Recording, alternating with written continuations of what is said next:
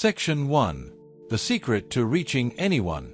Some lucky people seem to have a magic touch when it comes to getting people to buy into their plans, goals, and desires. But, in reality, reaching people isn't magic. It's an art. And a science. And it's easier than you think. Right now, there's someone in your life you need to reach. But you can't, and it's driving you crazy. Maybe it's somebody at work, a subordinate, a team member, a client, your boss. Or maybe it's somebody at home, a partner, a parent, a defiant teen, an angry ex. You've tried everything: logic, persuasion, forcefulness, pleading, anger, but you've hit a wall every time. You're mad, scared, or frustrated. And you're thinking, what now? Here's what I want you to do. Think of this as a hostage situation. Why? Because you can't get free. You're trapped by another person's resistance, fear, hostility, apathy, stubbornness, self-centeredness, or neediness, and by your own inability to take effective action. And that's where I come in. I'm just an average guy, husband, father, doctor, but a long time ago, I discovered that I had a special talent. You could drop me into just about any situation, and I could reach people. I could persuade defiant executives, angry employees, or self-destructing management teams to work cooperatively toward solutions. I could get through to families in turmoil and to married couples who hated each other's guts. I could even change the minds of hostage takers and desperate people contemplating suicide. I wasn't sure what I was doing differently from everybody else, but I could tell it worked. I knew I wasn't smarter than everybody else, and I knew my success wasn't just luck because what I did worked consistently, and it worked with all kinds of people in every type of situation. But why did it work? In analyzing my methods, I found the answer. It turned out I'd happened on a simple, quick set of techniques. Some I'd discovered on my own, and others I'd learned from mentors and colleagues that create traction. That is, they pull people toward me, even if those people are trying to pull away. To understand this, picture yourself driving up a steep hill. Your tires slip and slide and can't grab hold. But downshift and you get control. It's like pulling the road to meet you. Most people upshift when they want to get through to other people. They persuade. They encourage. They argue. They push. And in the process, they create resistance. When you use the techniques I offer, you'll do exactly the opposite. You'll listen, ask, mirror, and reflect back to people what you've heard. When you do, they will feel seen, understood, and felt, and that unexpected downshift will draw them to you.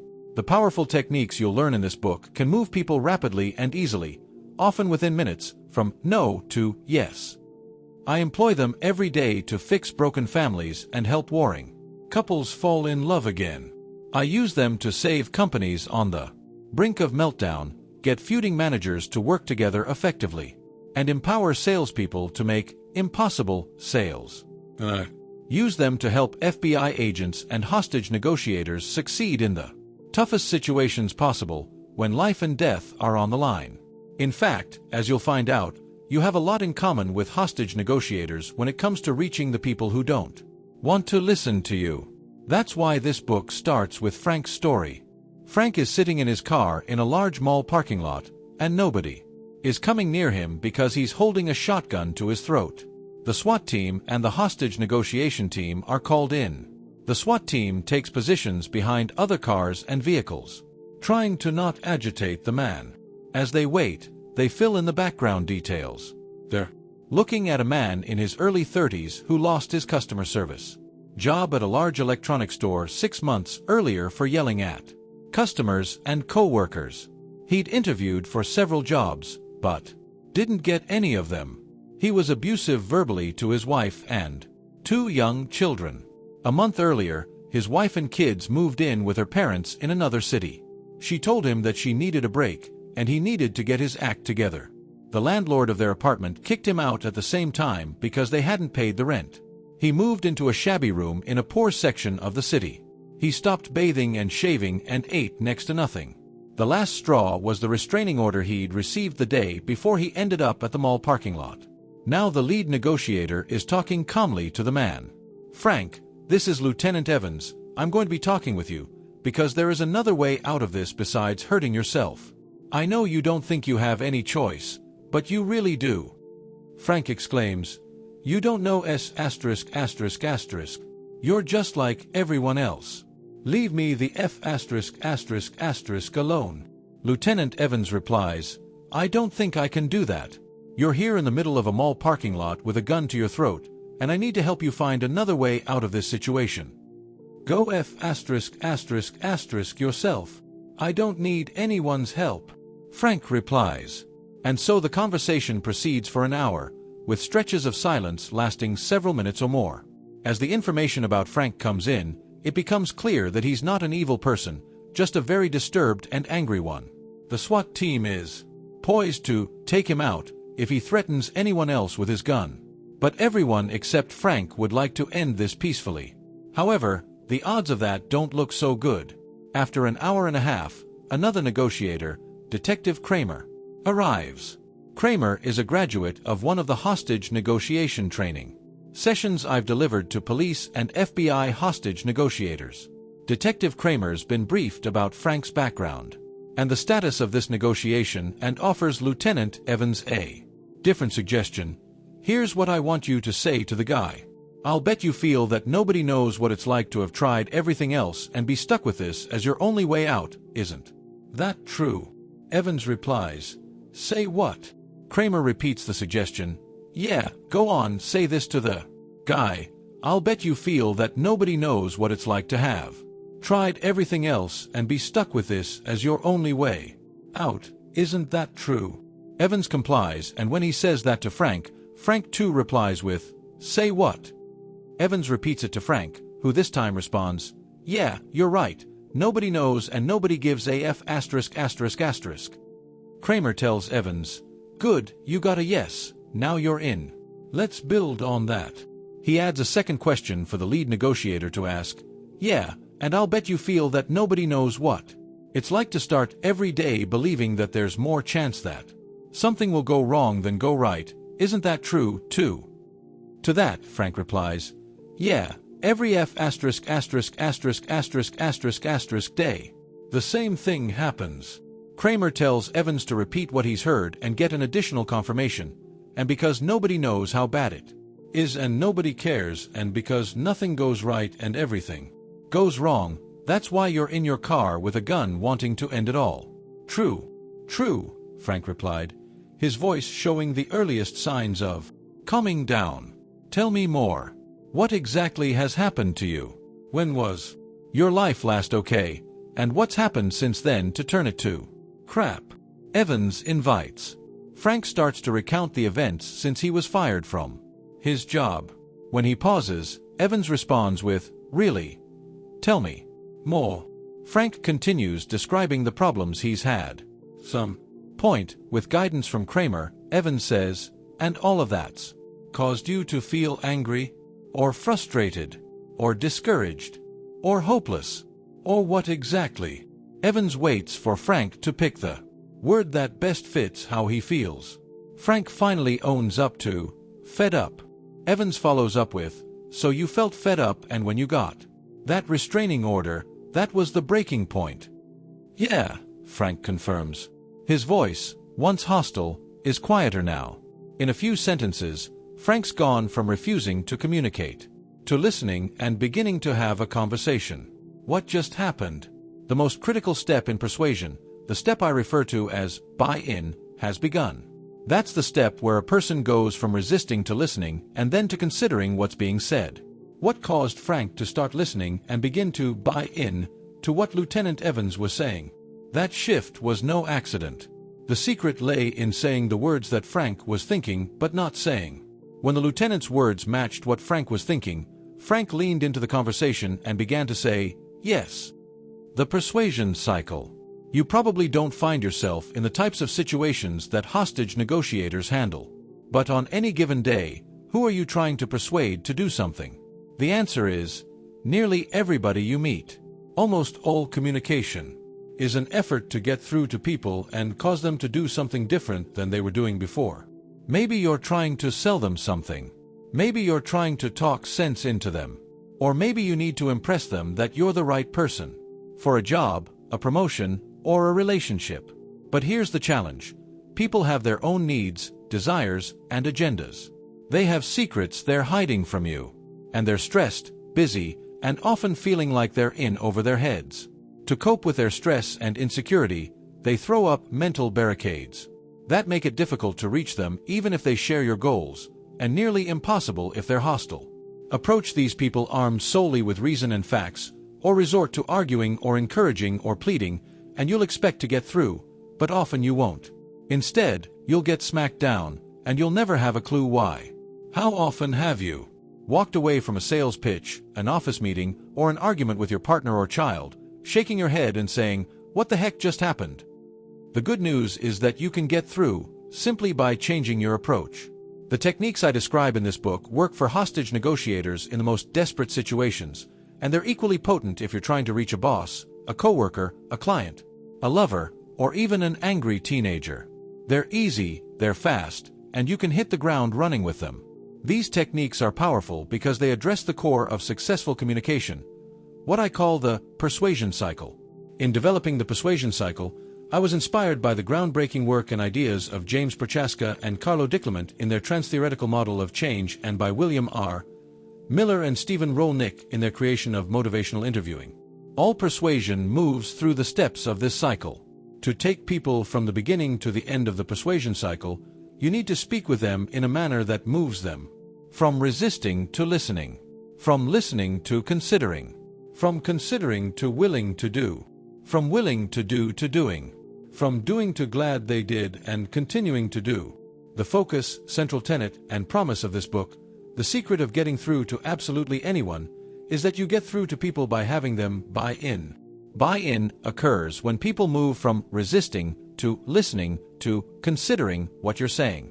Ironically, the key to gaining buy-in and then moving people through the rest of the cycle is not what you tell them, but what you get them to tell you. And what happens in their minds in the process. In the following chapters, I'll lay out 9 basic rules and 12 quick techniques you can use to move people through different points on the persuasion cycle. Master these rules and techniques, and you can put them to work wherever you go in your career or personal life.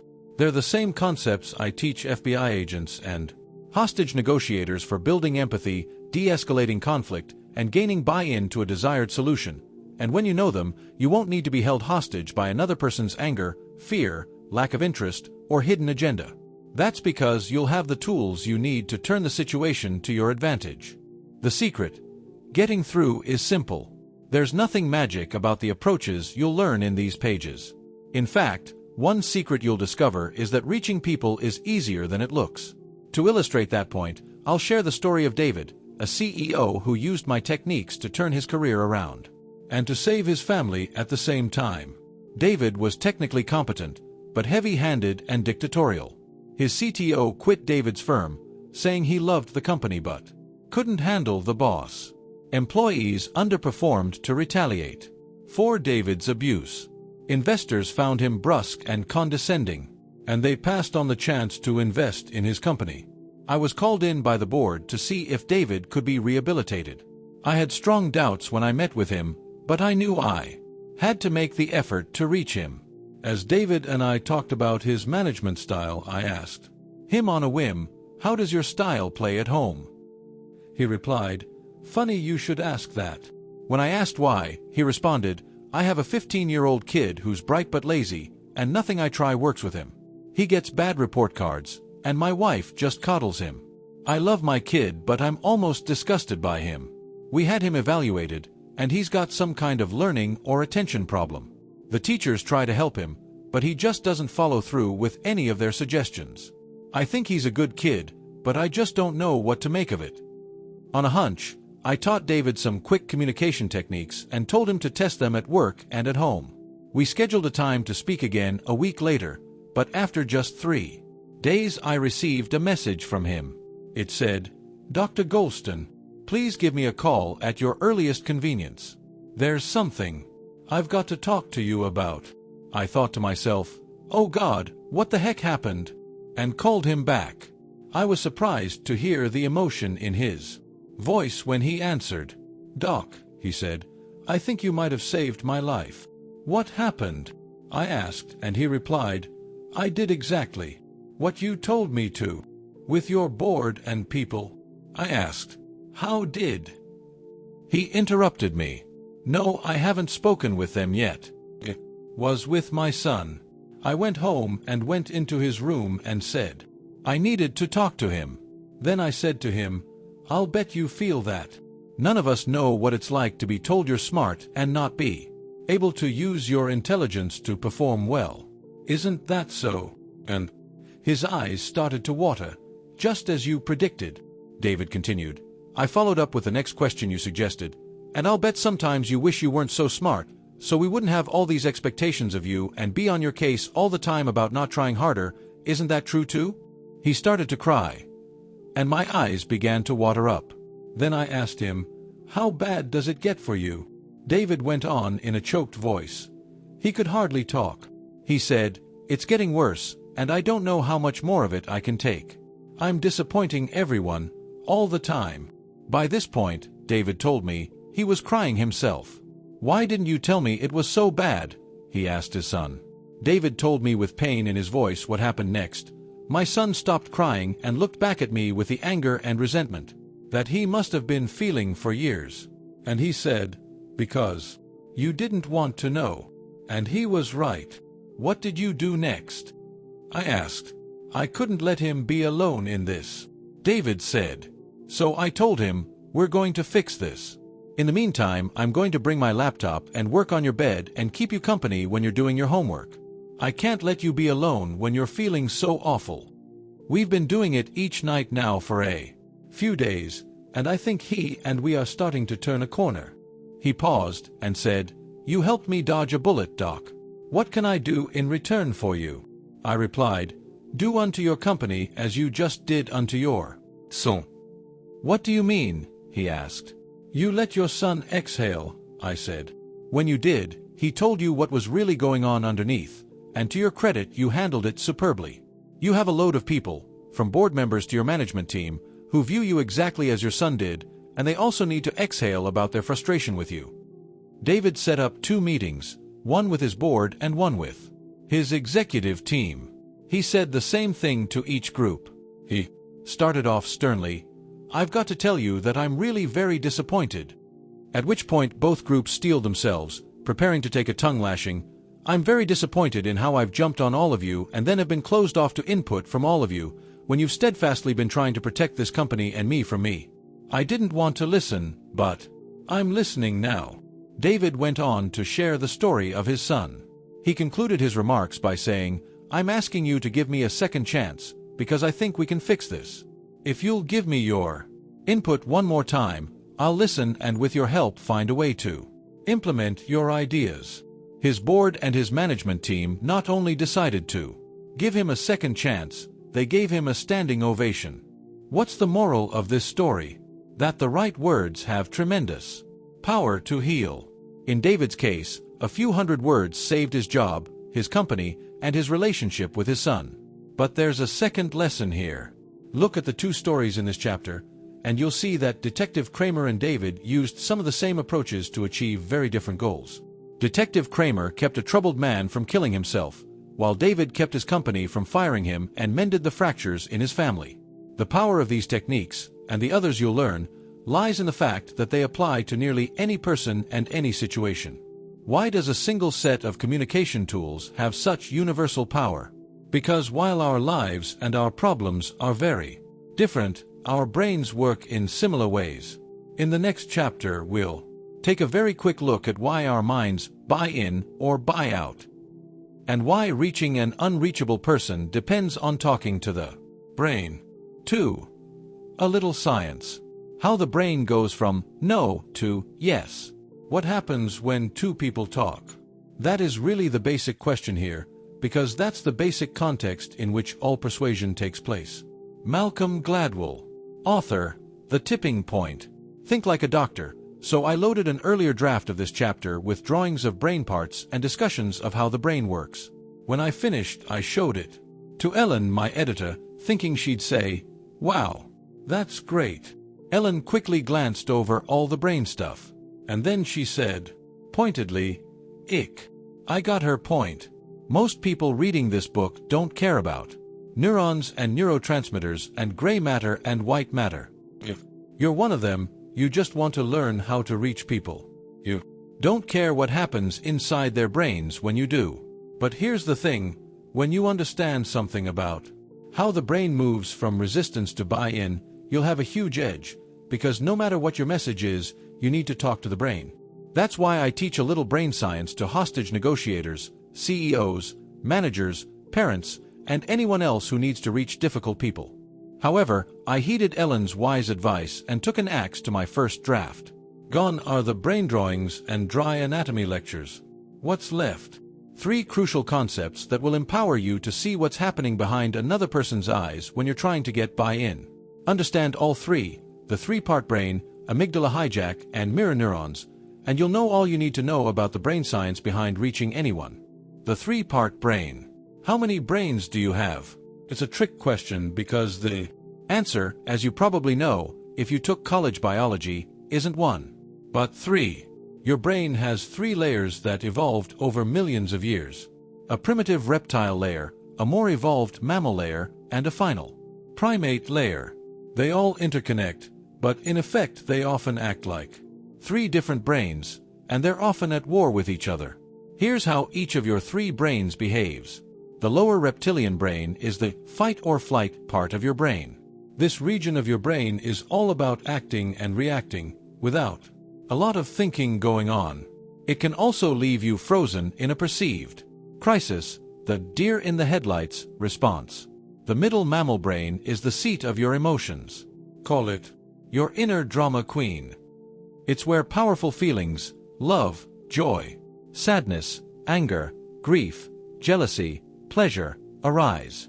The upper or primate brain is like Star Trek's Mr. Spock. It's the part that weighs a situation logically and rationally and generates a conscious plan of action. This brain collects data from the reptile and mammal brains, sifts it, analyzes it, and makes practical, smart, and ethical decisions. As we evolved, the newer regions of our brains didn't vanquish the older parts. Instead, like the rings on a tree, each new region overlays the more primitive ones. The middle brain overlays the lower brain. The upper brain overlays the middle brain. And all 3 have power over how you think and act every day. To a small extent, these 3 brains work together. To a greater extent, however, they tend to pull apart and function independently, especially when we're under stress. When that happens and the reptile or mammal brain takes control, the human thinking brain is eclipsed and we shift into primal brain functions. What does all of this have to do with getting through to people? Simple. To reach someone, you need to talk to the human upper brain, not the snake brain or the rat brain. You're in trouble if you're trying to gain buy-in from someone who's feeling angry, defiant, upset, or threatened because, in these situations, the person's higher brain isn't calling the shots.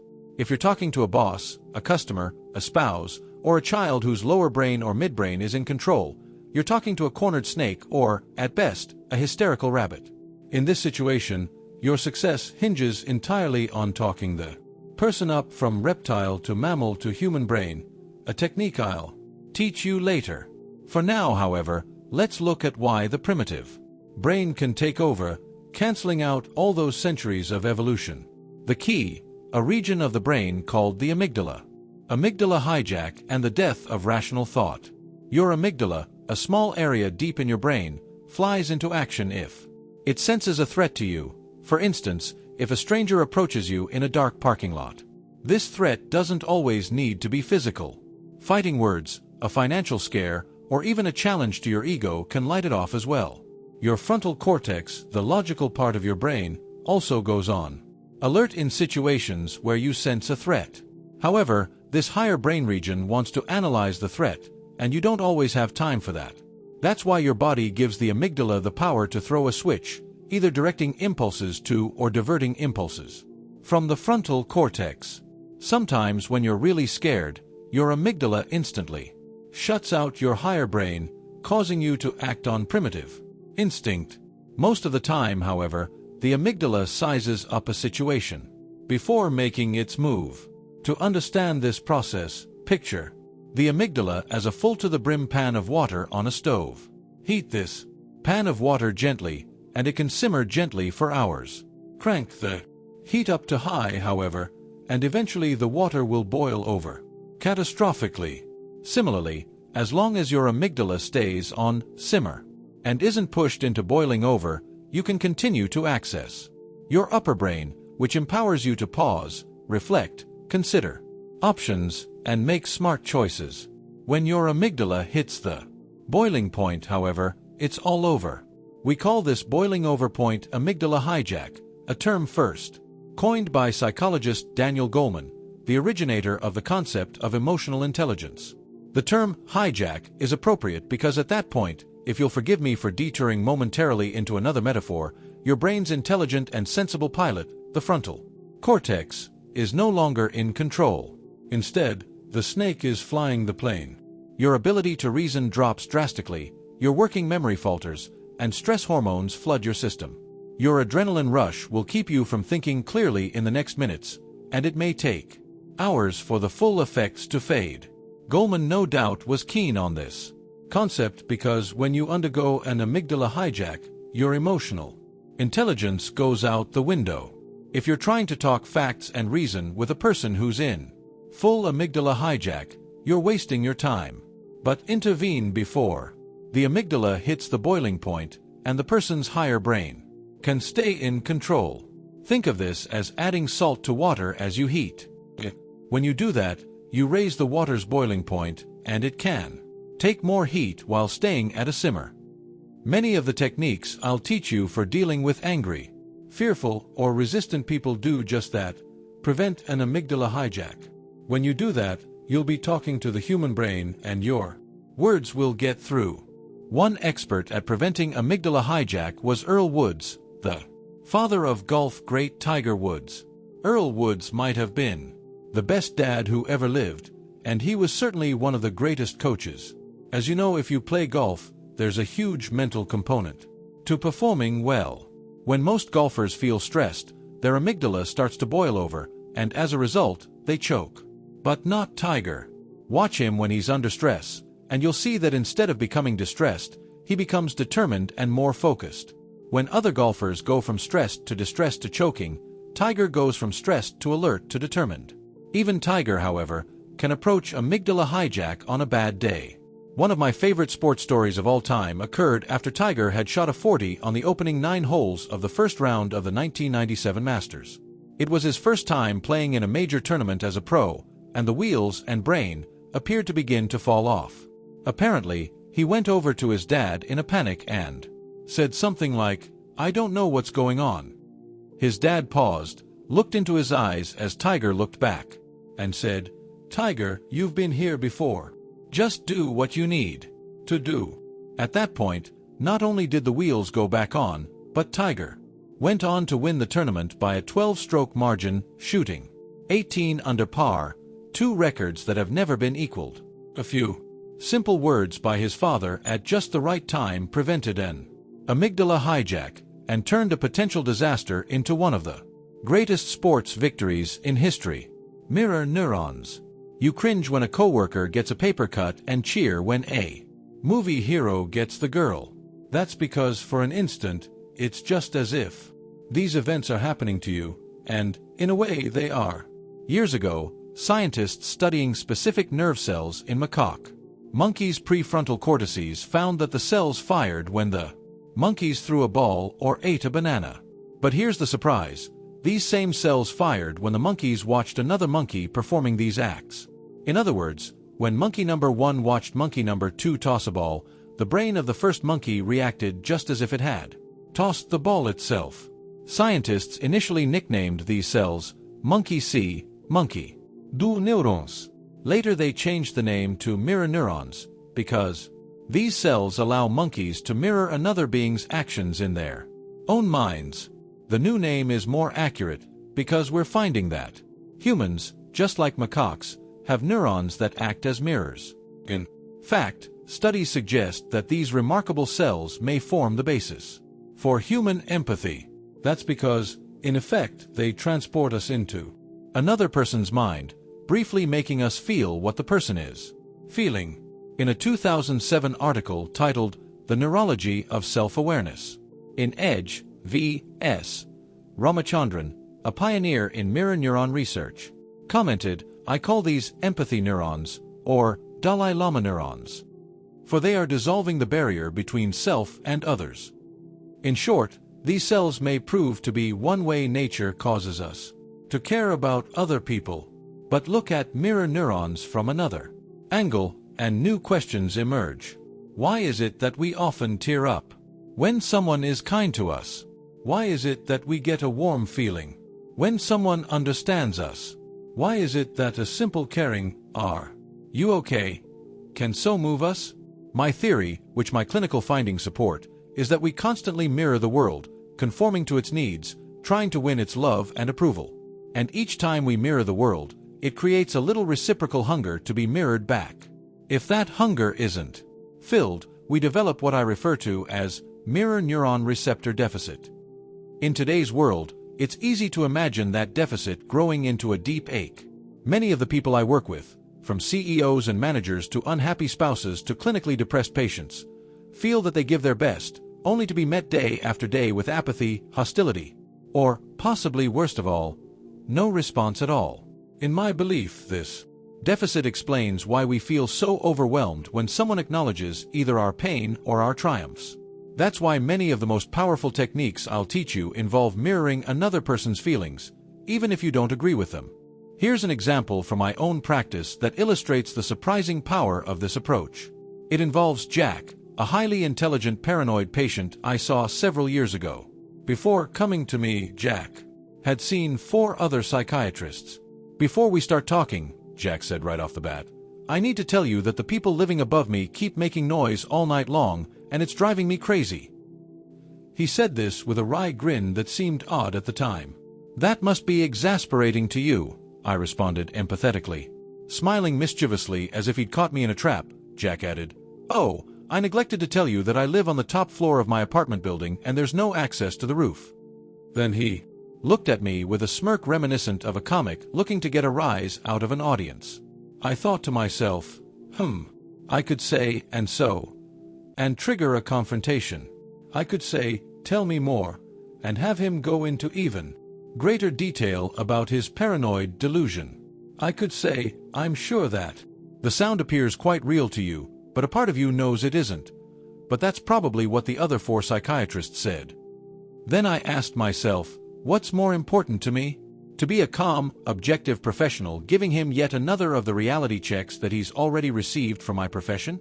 Or to try to help him, even if it means letting go of reality? I decided on the latter. And with that conclusion, I let go of what I knew to be the truth and said with full sincerity, "Jack, I believe you." With that, he looked at me and paused for a moment. Then, startling me, he started crying, making the sound of a starving feral cat out in the night. I thought I'd opened up a real can of worms and questioned my judgment, but I just let him cry. As the minutes went by, his crying lessened, sounding less animal and more human. Finally, he stopped, blotting his eyes with his sleeve and wiping his nose with a tissue. Then he looked at me again, seeming 10 pounds lighter, as if he'd just relieved himself of a tremendous burden, and offered me a wide, knowing grin. "It does sound crazy, doesn't it?" We smiled together at the insight he'd just gained, and he took his first step toward getting better. What happened to allow Jack to begin to give up his craziness? He felt mirrored by me. In his experience, the world required him to mirror and agree with it, whether it was a doctor saying, "You need this medication," or a psychiatrist saying, "You realize that these are delusions, don't you?" In that scenario, the world was always sane and right, and Jack was always insane and wrong. And insane and wrong is a heck of a lonely place to be. My accurate mirroring helped Jack to feel less alone.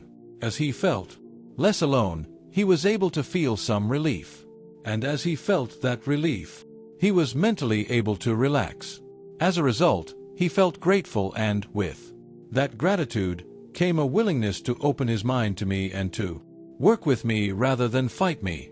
Now, you're not likely to deal with many paranoid schizophrenics in the course of your daily life unless you're a psychiatrist. But you will deal every day with people who have mirror neuron receptor deficits because the world isn't giving back to them what they're putting out. My guess, in fact, is that this is a nearly universal condition of humankind. Understanding a person's hunger and responding to it is one of the most potent tools you'll ever discover for getting through to anyone you meet in business or your personal life. The hunger to be mirrored can go well beyond one-on-one conversations. I'm reminded of an incident 20 years ago.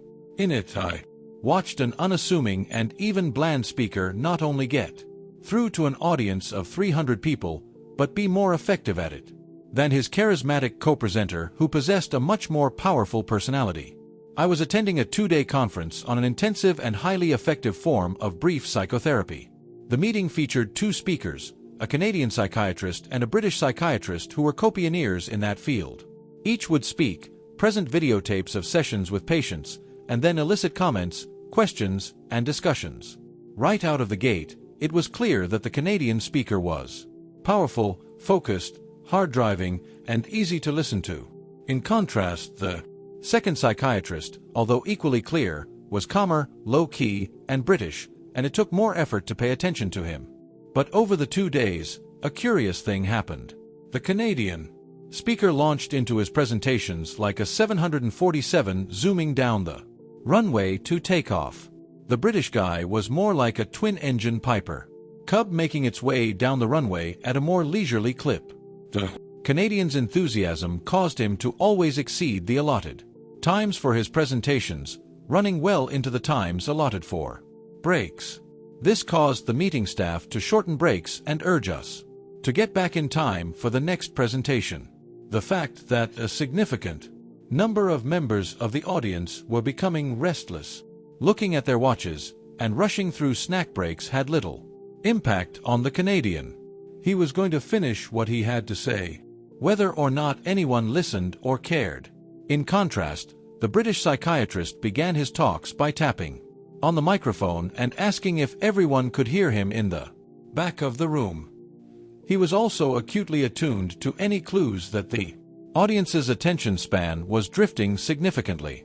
At those moments, he demonstrated one of the most dramatic instances of mirroring I can remember, and he did it with a large audience, no less.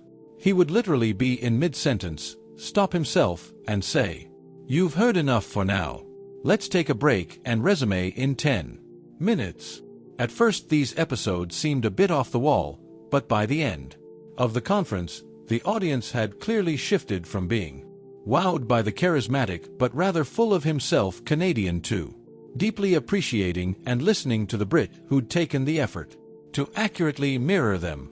The British doctor had won over a whole room full of people, and he'd done it effortlessly. From theory to action. The brain science I've outlined in this chapter comes with an asterisk attached. It doesn't apply to everyone. On rare occasions, you'll meet people who are stuck in their reptile or mammal brains and can't think logically no matter how much you try to help them. Many, but not all, fall into the category of mentally ill.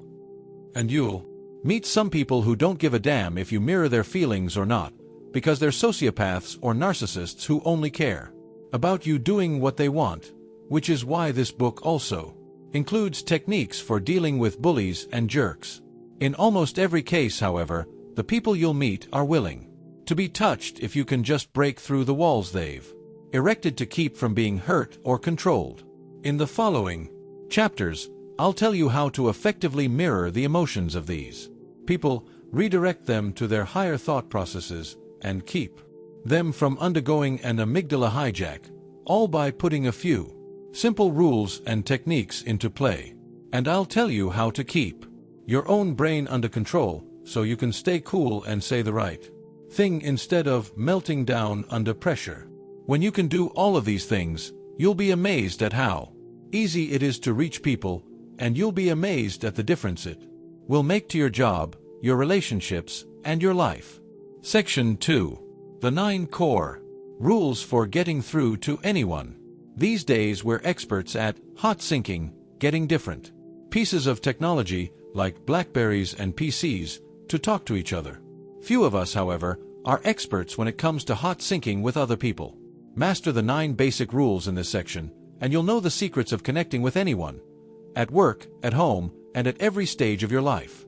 Once you learn these rules, you'll be ready for Section 3, where I'll teach you 12 quick ways to reach people at any point in the persuasion cycle. You can skip straight to those ready-to-use techniques, but I recommend that you read this section first.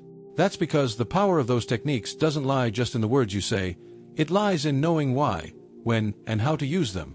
And, as you'll see, it also lies in knowing how to lay the groundwork for your success. Mark, I'm giddy with excitement, Jim Mazzo, CEO and chairman of Advanced Medical Optics, told me over the phone. Jim is one of the most ethical and effective leaders I know. But, even from such a remarkable man, his comment was astonishing. Because on that day in 2007, Jim's company was in the midst of what most people would call a crisis. Without waiting to ask his board for permission, Jim had just ordered a voluntary recall of an eye solution as soon as he learned that it could contribute to serious corneal infections. I'd called Jim to tell him how much I admired his action, which reminded me of James Burke's quick pulling of Tylenol when several bottles were found to be contaminated with cyanide. Jim replied, "We are a great company, with total transparency, a set of values, and a code of conduct that we all respect and follow. I am thrilled because I know that this is one of those rare opportunities that will make both our company and me even better, and I am excited to find out just how it will do both." And then he said something that impressed me even more. When bad things happen, if you resist the temptation to do anything that will make matters worse, you will discover valuable things about your company and yourself that you would never have learned had you not taken the hit. That's sheer courage, and it paid off for AMO, which weathered the storm well and, in the process, enhanced its already sterling reputation as an ethical company deserving of the full trust of investors and consumers. What's the difference between Jim and the business leaders who panic, lie, frantically attempt to cover up problems, or simply melt down when problems occur? He has the ability to rise above a crisis and do the right thing. That's because he's smart and ethical, and it's also because when trouble arises, he can quickly bring his initial fear response, a universal human reaction to crisis, under control. No doubt Jim starts out just as scared as anybody else when a crisis strikes, but he doesn't stay that way. Instead, his deeply held core values prevent his emotions from boiling over and causing him to do something hasty. As a result, while other people are tempted to hide or blame or lose control, he can think fast and communicate effectively. Get through to yourself first. Getting your emotions under control isn't just a key to being a great leader like Jim. It's also the most important key to reaching other people, especially in times of stress or uncertainty. It's why a cool and controlled hostage negotiator can get through to someone who seems unreachable, and, conversely, why a person who's crying, whining, or yelling will turn off even a calm and empathetic listener. In the chapters that follow, you'll learn lots of powerful techniques for changing another person. But one of the most powerful things you'll learn is how to be in control of your own thoughts and emotions, because most of the time, that's where successful communicating starts.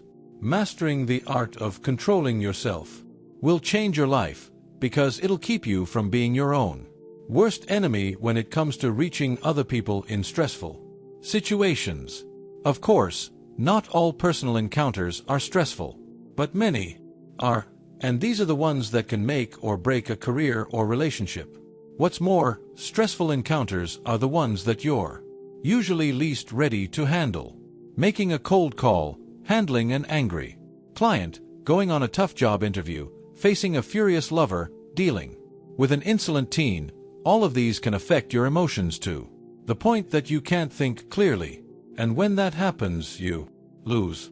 So the first and most important rule for taking control in a stressful situation is this: get yourself under control first. That's why flight attendants instruct you to put your own oxygen mask on first, before placing one on your child. The good news is that getting yourself under control is simpler than you think. Speed is everything. In reality, you probably already know how to handle a tense situation intelligently. You know exactly how to go from attack mode to emotional mode to smart mode. Unfortunately, you probably don't know how to do it fast. Instead, here's what usually happens. A few minutes after a stressful encounter, you calm down a little, your pulse slows, and you start breathing more slowly. A few minutes or hours after that, you probably gain enough self-control to start thinking your options through. And given still more time, you start thinking, hey, there's a smart way to handle this. By then, however, it's often too late. You've already lost a sale, alienated a boss or coworker, or convinced a lover that you're bad news. Or you've missed the moment to make a perfect comment or a great first impression. So what's the solution? In a stressful encounter, to keep from blowing a chance to reach another person, you need to get your thoughts and emotions under control in minutes, not hours. In short, you need to move almost instantly from your reptile to your mammal to your human brain. That sounds impossible, but it's not. In fact, with practice, you can do it in about 2 minutes. And when you do, you'll have the advantage over everyone else in the room, because you'll be the only person who's actually thinking straight. To understand how stress interferes with your power to reach people, you need to know the mental steps you go through in a time of stress or crisis. What's interesting is that even though every crisis seems different to you, your mind treats them all in pretty much the same way. It doesn't matter what the crisis is: a fender bender, a lost contract at work, an argument with a lover, or your teenager saying, "My girlfriend's pregnant." You go through these steps in more or less the same order each time you're upset. In a small crisis, you may start at a middle stage of this process. In a big one, you'll start at the bottom. I call the process O-F# at and to OK, and here's how it goes. Now, here's the secret. When you become consciously aware of these stages and can mentally identify each one as it happens, you can manipulate your emotional response at each stage. As a result, you can speed shift from start to end in minutes. Some people, like Jim Mazzo, are probably born knowing how to do this, but if you weren't, you can learn now. Clearly, I'm not saying you can solve a crisis in 2 minutes. You can't. What I'm saying is that you can think your way through to the possible solution that quickly. When you do that, you take yourself out of panic mode and into solution mode. As a result, you'll be able to say all the right things and avoid saying the wrong ones. One absolutely crucial element in moving your brain from panic to logic is to put words to what you're feeling at each stage. You can do this silently if you're in public or out loud if you're alone, but either way, it's a critical part of putting yourself in control fast. Why? Research by Matthew Lieberman at UCLA shows that when people put words to their emotions, afraid, angry, the amygdala, that little biological threat sensor that can throw the brain into animal mode, cools down almost instantly. At the same time, another part of the brain, part of the prefrontal cortex, which is the smart area of the brain, goes to work. This part of the brain appears to inhibit emotional responses so a person can think coolly about what's happening. And that's just what you want to do. So surprisingly, now is not the time to lie to yourself and say, "I'm cool, I'm calm, it's fine." It's actually the time to say to yourself, at least at first, O-F# at and, or, "I'm scared as hell." While the simple act of naming the emotions you feel at each stage in a crisis is part of the solution, it's just the first step. That's why people who merely stand around yelling O-F# at and in a crisis typically don't help to solve it. They've taken the first step out of their animal brains, but they aren't going any further for a while. So think of OF sharp at and as your starting point, but don't get stuck there. Instead, once you put words to your emotions and give your frontal lobes a toehold, begin working your brain up one level at a time from panic to control. Here's how to do it. Initially, you'll find it tough to move rapidly from one of these steps to the next. That's because it's not instinctive for your brain to move instantly and fluidly from primitive to higher brain regions. It's far more instinctive to wallow in OF sharp at and for minutes or hours. However, if you rehearse these steps in your mind and then use them in real life, you'll get better and faster each time. Give it 6 months and you'll find that in the most stressful of situations, you're the one who takes charge and makes the right things happen. This skill is particularly crucial to master if you're a person who falls prey to what I call fearful aggression. This is something you sometimes see at dog shows when a harmless-looking poodle or dachshund suddenly growls threateningly at a judge. The dog doesn't growl because it's a killer, it growls because it's scared senseless by the noise and commotion and falls headlong into OF sharp at and mode. As a psychiatrist, I see people trapped in fearful aggression all the time. If you often spot signs of this stress reaction in yourself, if your voice rises in stressful encounters, you sound strident or angry, and you feel the veins in your neck pulsing, then mastering the OF sharp at into OK speed drill can save your job or your marriage. You'll also find this skill invaluable if you're prone to tears when someone attacks you. By actively acknowledging the urge to cry. Okay, this is the oh God stage, and I feel like crying at this point. Rather than trying to fight it, you'll be in the powerful position of observing that option and deciding against it. But even if you handle stress coolly and calmly, take time to master this skill, because you can handle stress even better. And often, getting yourself under control even a few seconds faster can mean the difference between reaching people and losing them.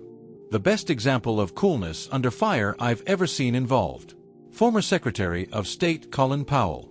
In 1996, Powell was the keynote speaker at a national conference for a leading residential real estate company's top producers.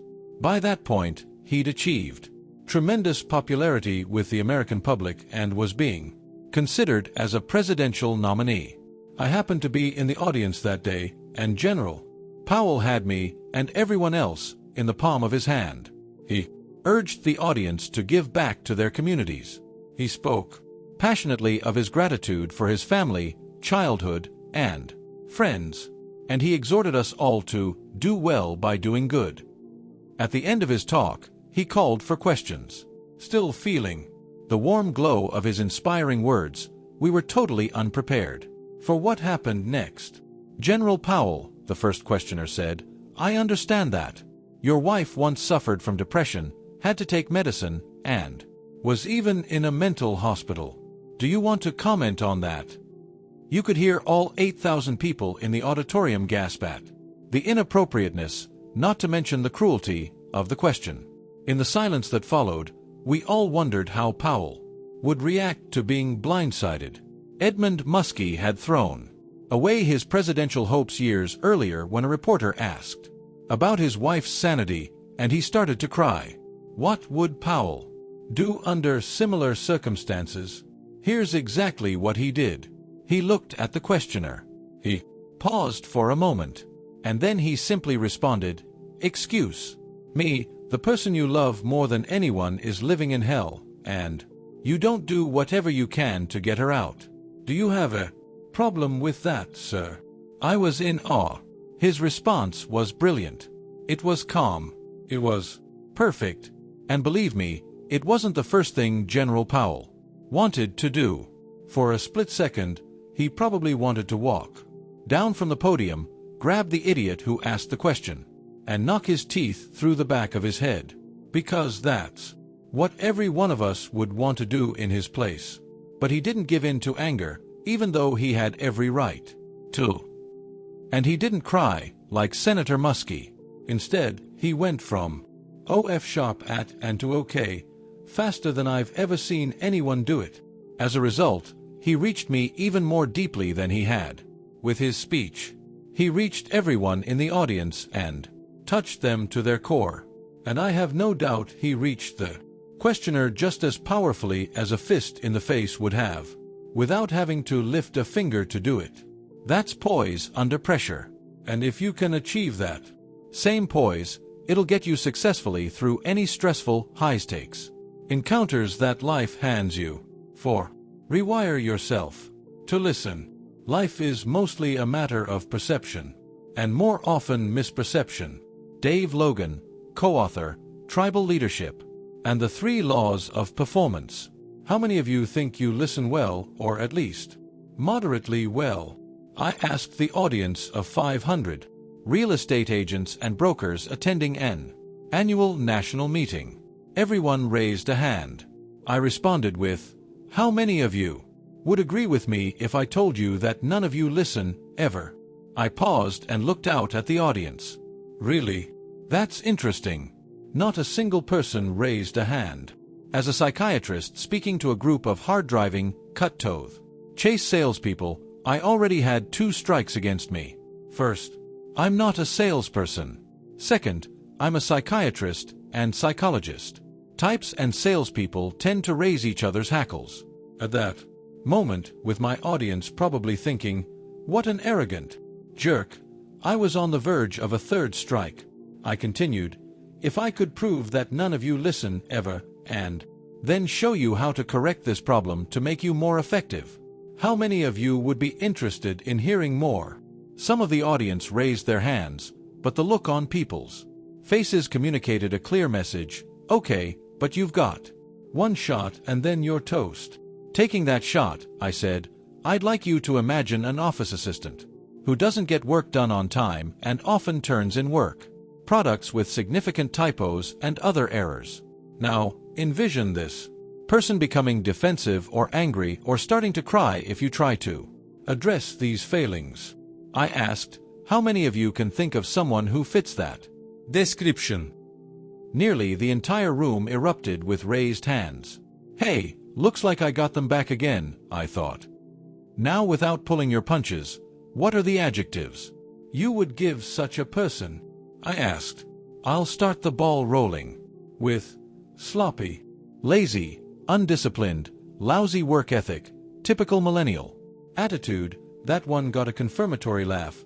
Flake, members of the audience offered. Now, I said, imagine that it's Monday morning and you ask, did you get the papers ready for the messenger to take to the escrow company on Wednesday? And the person says, no. How many of you would again think something along the lines of, loser? Hands went up all over the room. And what would you do next? Upshift emotionally and start yelling or making demands? Complain to another agent or broker? Tell someone in your office you want the person off all your deals? Or just walk away in disgust, angry about the lousy quality of people in your company? I asked. I saw from their faces that I'd scored a hit. Clearly, many of these agents and brokers felt this frustration daily, and because I was mirroring them accurately, they were buying into what I was saying. So far. Now, I said, consider this. Suppose you say calmly, why didn't you get them done? And the person tears up and says, I actually did a lot of work on them over the weekend. I was all set to have them to you by this morning, and I will have them finished by the close of work today, but my grandfather, who has Alzheimer's, called me last night crying. He said my grandma had a major stroke and was being taken to the hospital by ambulance. My parents are both dead, and I'm the only person who can take care of my grandparents, so I dropped everything to take care of things, and I haven't slept the entire night. I know this isn't the first time I've screwed up, but it's been really tough taking care of both of them, and sometimes I get overwhelmed. Would that change how you'd think about the person, and even how you'd respond? I asked. I heard murmur, murmur, murmur, the sound of shifting minds. Of course, a number of the people replied. Well, then I rest my case, I said. You didn't listen. What you did is what we all do. You gathered some data from your early interactions with that person, jumped to conclusions, and formed perceptions that became hardwired with words such as lazy, sloppy, lousy work ethic, and loser. Those words became a filter through which you heard without listening. The solution, I explained, get rid of the filter. The stuff you think you already know about someone, lazy, loser, whiny, hostile, impossible, is, in reality, blocking out what you need to. No. Remove that mental block, and you're ready to start reaching people you thought were unreachable. But I do listen, don't I? Right now you may be saying, Mark, all I do is listen. I listen in meetings. I listen to my coworkers. I listen to my spouse. I listen to my kids. Nobody ever shuts up. And all that's true. But the problem is that while you're hearing, you're not listening, no matter how good your intentions and how hard you try. The reason, your brain won't let you. Remember the 3-brain model I talked about earlier? Mammal brain on top of reptile brain and human brain on top of mammal brain, with each one building on the one that came earlier in evolution. The instant judgments we make about people are similar because they too build on the past. That doesn't mean they're entirely wrong. In fact, an initial gut instinct is often spot on. But it means they're not entirely right, either. Our agents and brokers, for instance, immediately formed the opinion that their office assistant was a flake. It never even occurred to them, any of them, that the person's behavior had a different explanation. Why? Because all their lives, they've heard people who don't do a job well described as lazy, or slackers, or flakes. Their colleague fit the pattern, so they applied the same labels, and those labels stuck. Our perceptions get hardwired in this rigid way for a simple reason. New knowledge builds on prior knowledge. We walk after we learn to crawl. We run after we learn to walk. We type effortlessly with our thumbs on a BlackBerry now because earlier we fumbled over that little keyboard for months. We can drive on autopilot because our brain remembers how we did it before. Similarly, we size up a person instantly today because we're relying on everything we've heard or known about people in the past. Then we stick with that perception forever and view every interaction with that person through its filter because, again, it's what we've learned to do. The problem is that while we think our first impressions of people are grounded solely in logic, they're not. In reality, they're a jumbled mix of conscious and unconscious truth, fiction, and prejudice. Thus, from the very start, we're dealing with a fictitious creation, not a real person. Yet that first impression will color our feelings about another person for months or years to come.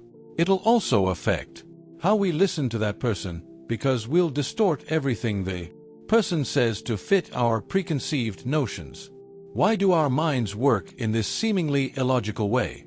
Because, much of the time, forming rigid opinions about people actually works. For instance, picture yourself boarding a crowded subway train. Your first impressions will tell you to stay away from the unwashed guy with a weird look in his eye, to sit by the old lady with the knitting basket, and to avoid eye contact with a hostile-looking teen in goth makeup. Individually, each of these conclusions may be wrong. The goth teen may very well be a brilliant and sensitive kid who needs a smile. The weirdo might be a harmless eccentric, and grandma might be working for Al-Qaeda. But you don't have time to analyze every person you meet. Instead, your brain builds on past experience and innate instinct to make quick decisions that may save your life. So being a quick study isn't a bad thing. It only becomes bad if your quick study is inaccurate and leads you to the wrong conclusions. Unfortunately, that happens to us every single day because our brains are far better at leaping to conclusions than at stepping back to analyze them. The solution: think about what you're thinking. When you consciously analyze the ideas you've formed about a person and weigh these perceptions against reality, you can rewire your brain and build new, more accurate perceptions. Then you'll be communicating with the person who's really in front of you, not the fictitious character conjured up by your false perceptions. To see this process in action, let's go back to the agents and brokers and their frustration over their flaky office assistant.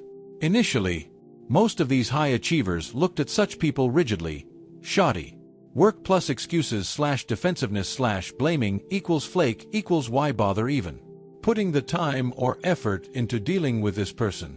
But when I asked them to imagine that a loser might have a real reason for underperforming, it forced them to undo their hardwired preconceptions. This act, in turn, forced them to create a new and more accurate understanding of the person they'd previously written off. How well do you know the people you know? Mark, you may say, that's all well and good. But how about the people I've known for years? I don't have false ideas about these people. In fact, I know them as well as I know myself. My answer is, no, you don't. Every week I deal with people who've lived together or worked together for decades. Often these people don't have a clue about what makes each other tick. As a result, they mistake insecurity for arrogance, fear for stubbornness, and legitimate anger for, he's just a jerk. And they talk over, around, above, and against each other without ever talking to each other, when all they need is to see what's really right in front of them. Mr. and Mrs. Jackson were a good example. The two had been married to each other for 55 years, and they came to see me at Mrs. Jackson's insistence when their bickering reached such intensity that Mr. Jackson said coldly, "So, why don't you just leave?" He'd said that many times before, but for some reason this time, Mrs. Jackson became hurt and angry, packed his bags, and told him to get out. And this time she didn't back down. Mr. Jackson became a little panicky, because at age 82 he was very dependent on her. She said she'd only reconsider if they spoke to a counselor. As I listened to them, it became clear that they actually still loved and were devoted to each other, but they'd stopped liking each other. After 20 minutes, I'd heard enough and said, "Stop," to both of them. Taken aback, they both fell silent. I said to Mrs. Jackson, "Do you know that your husband thinks marrying you was the best thing he ever did?" Mrs. Jackson, caught surprised, said, "What?" Without missing a beat, Mr. Jackson replied, "He is absolutely right. I supplied a house, but she gave me a home. Without her I wouldn't belong anywhere, and without her I wouldn't have any relationship with our kids because as an engineer, I am not the best communicator." Mrs. Jackson looked dumbfounded. I turned my attention to Mr. Jackson and said, "And as for you, do you know that Mrs. Jackson thinks you're the best man she's ever known?" I thought his jaw was going to fall off. "You've got to be kidding. She's always picking on me about something and telling me what to do and what not to do," he replied, flabbergasted. 100% correct, Mrs. Jackson chimed in. "He is the best man I have ever known. True, he's not much of a communicator, but he never drank or fooled around with other women. And he worked hard at a job he didn't like to support me and the kids." "But what about all that nitpicking?" Mr. Jackson interjected. Mrs. Jackson replied, "I nitpick everyone. I'm a nitpicker. It drives our kids crazy too, but like I say, he is also probably the best thing that ever happened to me." Talk about a couple who'd heard but not listened for decades. Sadly, they each felt merely tolerated when in fact they were each treasured. And look what happened when they finally did listen. They'd arrived so angry they could barely look at each other, but they left looking like two people who'd just fallen in love all over again. And all it took was a few minutes of real listening, something they hadn't done for over 5 decades. After more than half a century of living together, the Jacksons knew thousands of things about each other. He knew what kind of ketchup she liked. She knew his childhood dog's name. They knew each other's health problems, bathroom habits, and favorite TV shows. And yet, when it came to the big stuff, they were complete strangers. What does that tell you? That you probably know a lot less than you think you do about the people you want to reach, whether They're new in your life or people you've known forever. That what you think you know may be very wrong. And that reaching those people doesn't just mean opening their minds to you. It also means rewiring yourself so you can see these people as they really are. So when you encounter problem people, realize that there's a reason they're behaving the way they do. It may be a new problem, a health scare, money problems, or job pressures. It may be a long-term problem, anxiety about not being good enough for a job, anger at not being respected, fear that you don't find them attractive or intelligent. And, yes, it may be that they're actually just jerks, but they're usually not. Open your own mind and look for the reasons behind the behavior, and you'll take the first step toward breaking down barriers and communicating with an impossible person. F. Usable insight. If you want to open the lines of communication, open your own mind first. F. Action step. Think of a problem person you don't know very well, someone who misses deadlines, blows up for no apparent reason, acts hostile, is oversensitive to criticism, or otherwise drives you nuts. Make a mental list of the words you'd use to describe the person: lazy, slacker, rude, jerk, etc. Now, think of 5 secrets that could underlie the person's behavior. For example, he's scared about a medical condition, she's afraid that we don't respect her because of her age. He's a recovering alcoholic and has some bad days. She has post-traumatic stress disorder. He got burned by a previous business partner and now he doesn't trust people. Picture how your feelings about the person would change in each scenario you imagine. Once you're used this exercise to open your mind, schedule a meeting or a lunch with the person and see if you can find out the real reason for the problem behaviors you see. 5. Make the other person feel felt. Self-actualizing people have a deep feeling of identification, sympathy, and affection for human beings in general. They feel kinship and connection, as if all people were members of a single family. Abraham Maslow, psychologist. How much longer will this take? I've got better things to do, grunted Hank, a gray-haired senior partner at a prestigious L.A. boutique entertainment law firm. I'd been called in to smooth out the relationship between Hank and Audrey, another senior partner. Audrey, whose name preceded Hank's on the door, brought in most of the firm's business. She was a good lawyer, but she really shined as a rainmaker. Hank was a brilliant lawyer, but he'd rather eat nails than schmooze to bring in business. Unfortunately, rather than admiring and appreciating Audrey's talents, Hank saw her as a loudmouth who frequently disrupted the office with her excited outbursts after she'd been to an event, appeared on television, or been interviewed by a magazine or newspaper. Compounding the problem, Audrey wanted Hank's admiration more than anyone else's in the firm, a carryover from wanting respect from her father and never receiving it. Hank's stubbornness stemmed in part from his background. His mother, an emotionally overwhelming person, made life miser bail for his dad, his brother and sister, and Hank. When Hank left home, he swore that he'd never let anyone bulldoze him like that again. And Hank experienced Audrey as a bulldozer. Since they shared cases, it was important that they work together more cooperatively, especially since their friction was spilling over to the rest of the firm and distracting everybody. My job to get these two talking and working like a team. At the moment, it was an uphill battle. The exchange between the two kept growing more heated, with Audrey's voice turning shrill and accusatory. Hank talked down to her in front of others, she said, and he snickered at her comments, making her feel humiliated. Hank barked sarcastically, "Hey, she doesn't need any help from me to humiliate herself. She does a pretty good job of that on her own. See, what did I tell you?" Audrey chimed in. Audrey's barrage continued for several minutes, with Hank looking alternately at the ceiling and his watch and saying on several occasions, "I really do have a lot of work to do. Can I leave yet?"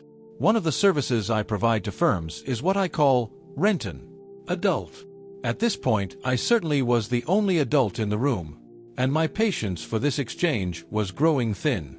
As I listened to them, I realized that the issue wasn't Audrey's belief that Hank refused to listen to her. Even Hank's disrespect wasn't the whole answer. The key was that Audrey didn't feel felt.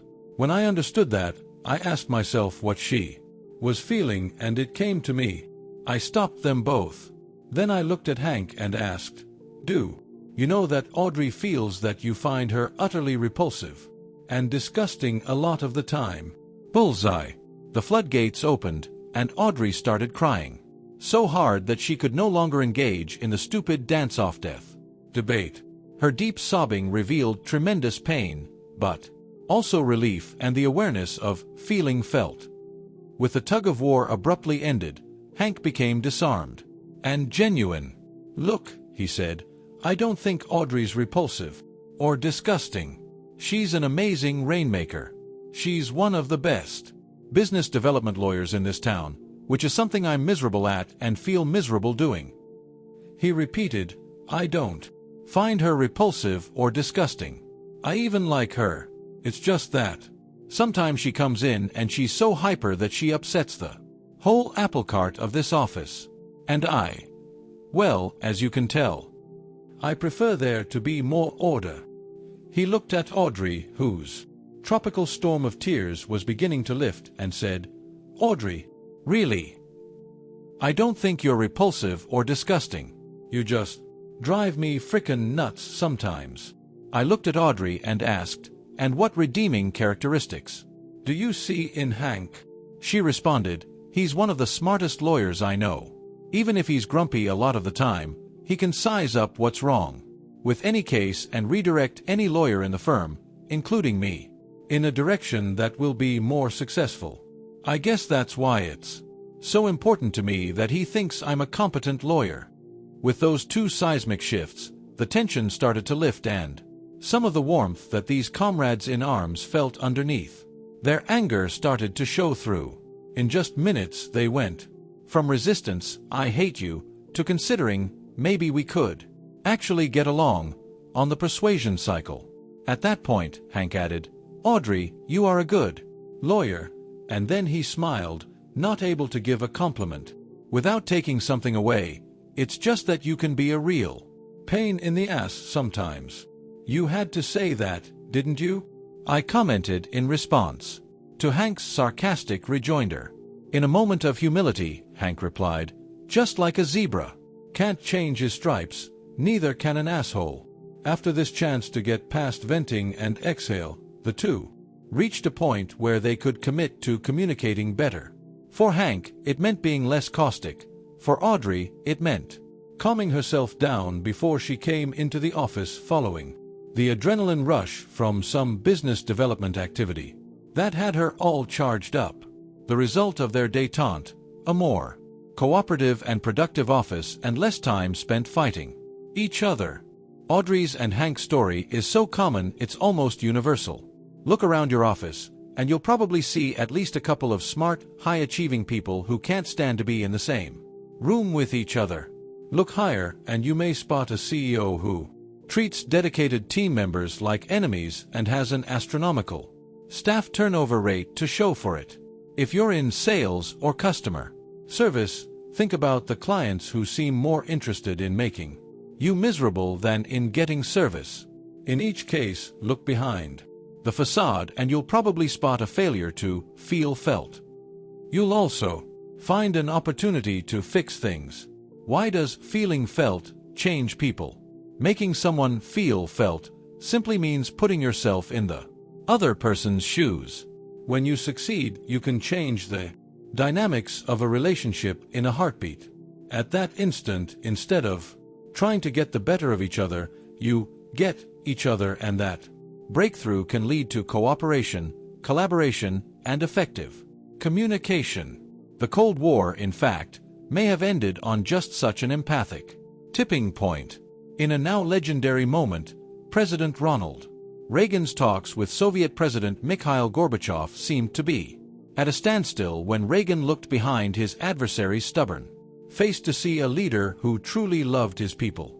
In a moment of brilliant simplicity, He invited Gorbachev to "call me Ron," as opposed to "let's keep fighting president to president, digging our heels in, and getting nowhere." Gorbachev not only accepted the invitation, he joined Reagan in calling an end to the Cold War. That's a buy-in of global proportions. One explanation for the effectiveness of making a person felt lies in the mirror neurons I talked about earlier. When you mirror what another person feels, the person is wired to mirror you in return. Say, "I understand what you're feeling," and the other person will feel grateful and spontaneously express that gratitude with a desire to understand you in return. It's an irresistible biological urge and one that pulls the person toward you. Despite the power of this move, people often resist using it because they hesitate to poke around in other people's private feelings, especially at work. But if your relationship with another person looks like it's going nowhere, making that person feel felt is your best bet for achieving a breakthrough. I used this approach recently in a meeting with John, a 45-year-old, whose brusqueness bordered on hostility. John was the CEO of a Fortune 1000 company. When his firm merged with a smaller one, the newly formed company needed to make major changes from the top down, and those changes created resistance from the bottom up. One of my specialties is helping firms manage the turmoil of transitions, so I'd come to offer my services. Earlier, John had hired a big-name consulting firm to handle this same task. The firm made recommendations that looked wonderful on paper but proved completely unworkable. John escaped from that disaster unscathed because he'd used a basic CYA strategy. Hire a prestigious consulting firm, and if it goes badly, you can say, "Don't blame me, after all, they're supposed to be the experts." The good news: he didn't get in trouble. The bad news: he still needed to solve the problem, and now he had a reduced budget, which is why he was speaking with me. I knew this backstory, and I sensed the emotions that lay behind John's covert antagonism. In fact, I'd felt them a time or two myself. So instead of launching into my presentation, I paused and said, "You've been burned before, haven't you?" "What?" retorted John, completely blindsided by my non sequitur. I repeated myself, "You've been sold or told things before by consultants who didn't deliver on their promises. Maybe you even had some close calls explaining to a boss why your decisions didn't work out. And after you nearly escaped those, you said to yourself, 'I'll never put myself in such a vulnerable position again.' Now you don't know if what I'm offering will deliver the results I'm promising. Isn't that true?" He nodded sheepishly in agreement, no doubt remembering some of those close calls and now surrendering to the fact that he couldn't hide from me. "Hey, don't worry," I reassured him. "Everyone makes decisions they regret. I've made decisions I regret." He nodded slightly. "So here's the deal," I continued. "Knowing what it's like to believe promises made by people who didn't keep them, and knowing how awful that felt, I would never do that to anyone else. And if I did do that to you, I think you should come after me. No. That said, there are always bumps in the road as I work with a company. Often these relate to the company agreeing conceptually with something that turns out not to be workable. When that happens, I found the best way to work through that to be explained how we'd work through any rough spots. Bottom line, I got the engagement. How come? Something I know about seemingly confident people, and especially people who work in large companies, is that often they're more afraid of making a mistake than they are of wanting to do something right. That's especially true for managers or CEOs in their mid-40s, and even truer if they're men. That's because they're afraid of being pounced on if things go badly and afraid of the hit their self-esteem will take if they screw up.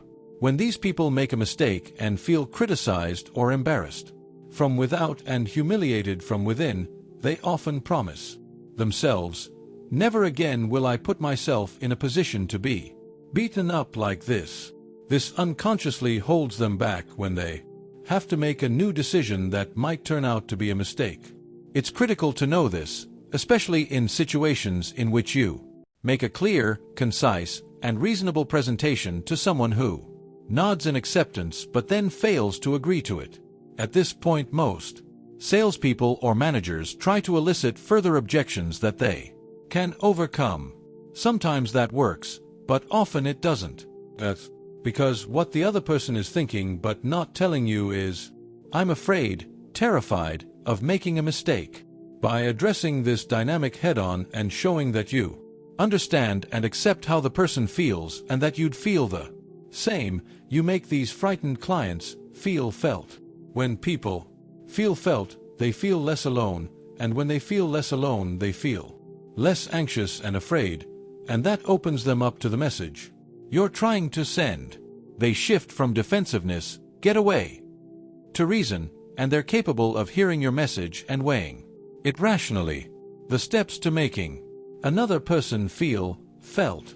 You might think, "Mark, this is all easy for you to say or do. You're a psychiatrist with 30 years experience." My response is, don't kid yourself. You don't need a medical degree to do something this simple. Here's all you need to do. 1. Attach an emotion to what you think the other person is feeling, such as frustrated, angry, or afraid. 2. Say, "I'm trying to get a sense of what you're feeling and I think it's," and fill in an emotion. Is that correct? If it's not, then what are you feeling? Wait for the person to agree or correct you. 3. Then say, "How frustrated, angry, upset, etc. are you?" Give the person time to respond. Be prepared, at least initially, for a torrent of emotions, especially if the person you're talking with is holding years of pent-up frustration, anger, or fear inside. This is not the time to fight back or air your own grievances. 4. Next say, "And the reason you're so frustrated, angry, upset, etc. is because." Again, let the person vent. 5. Then say, "Tell me, what needs to happen for that feeling to feel better?" 6. Next, say, "What part can I play in making that happen?" What part can you play in making that happen? This script isn't cast in stone. Use these questions as a starting point and go where your conversation leads. Here's an example.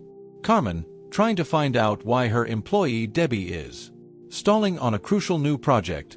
"Debbie, I'm sensing that you have some strong feelings about me asking you to take on this project." Debbie, "Well, yes, I guess I do."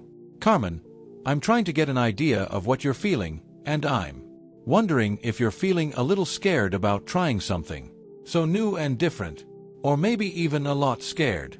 Is that right?" Debbie, starting to vent, "I was afraid to say anything, but you know I'm not an expert at graphics, and it's so much to learn all at once. And it's just so much pressure, and Johnny's babysitter just quit, so things are crazy at home, and I'm just feeling overwhelmed, I guess. I know it's a great opportunity, but I'm scared that I'll blow it." Carmen, "I can see why that's a whole lot to handle at once. I'm wondering what needs to happen to make this easier for you. Would it help if I ask Theo to give you a little training in using InDesign? He's pretty good at it." Debbie, "That would really help a lot. I'd feel a lot more confident if I didn't need to figure everything out all by myself." Carmen, "Great. I'll ask him. Is there anything else that would make taking on this project easier?" Debbie, relaxing and starting to think positively about her new role, "I'd like to get a little formal training in graphics and layout if you want me to do more projects like this. Do you think there's some money for that in the budget?" Sometimes another person's response when you touch on a powerful feeling will surprise you. Several years ago, I spent months trying to schedule a meeting with a CEO, only to find him distracted and cold when we finally got together. Frustrated, I finally blurted out, "How much time do you have to meet with me?" He looked at me with a look that said, "I don't know, but it's just about over right now." I thought he was going to throw me out at that point, but he fumbled with his appointment book in an obviously offended manner and replied, 20 minutes. I took a deep breath. Look, I said, what I have to say is worth your undivided attention, which you can't give me because there is something on your mind that is much more important than meeting with me. So here's the deal. Let's stop now at minute 3 and reschedule our meeting when you can give me all of your attention, but you take the remaining 17 minutes and make a call to take care of whatever is weighing on your mind, because it's not fair to your people outside, like me, and even yourself, to not be able to listen. There was a pregnant pause, and then he looked right at me. He was totally engaged now, and then his eyes started to water.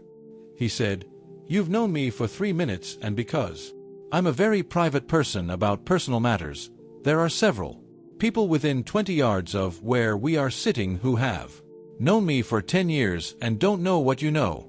There is something that is bothering me. My wife is having a biopsy, and it doesn't look good.